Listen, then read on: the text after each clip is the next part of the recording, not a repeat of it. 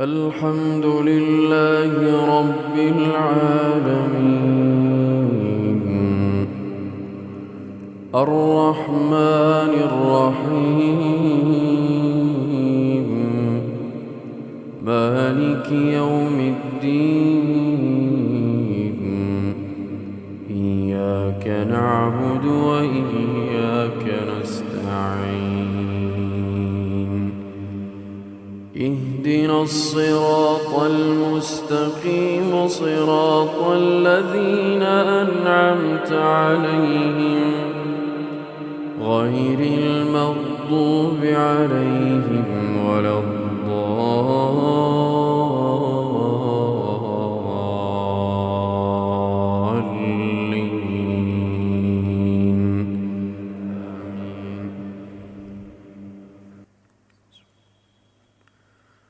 والفجر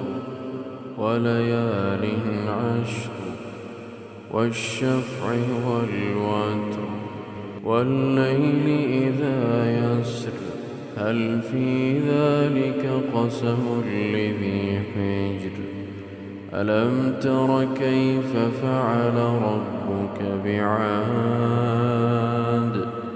إرم ذات العماد التي لم يخلق مثلها في البلاد وثمود الذين جابوا الصخر بالواد وفرعون ذي الأوتاد الذين طغوا في البلاد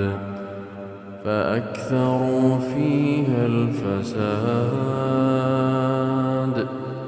فصب عليهم ربك سوط عذاب إن ربك لبالمرصاد فأما الإنسان إذا ما ابتلاه ربه فأكرمه ونعمه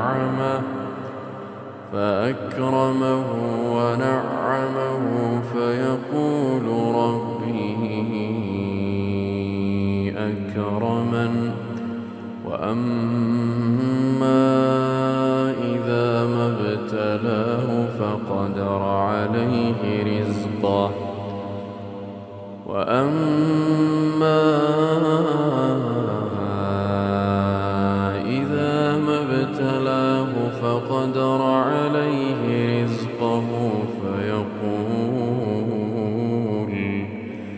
فيقول ربي أهانن كلا بل لا تكرمون اليتيم ولا تحاضون على طعام المسكين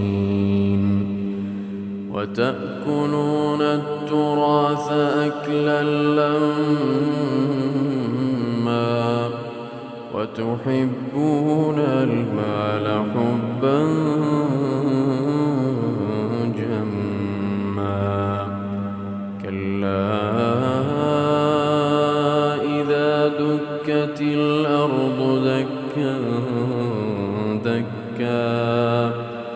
وجاء ربك والملك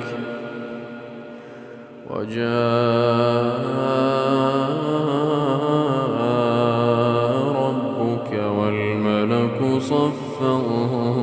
صفا وجيء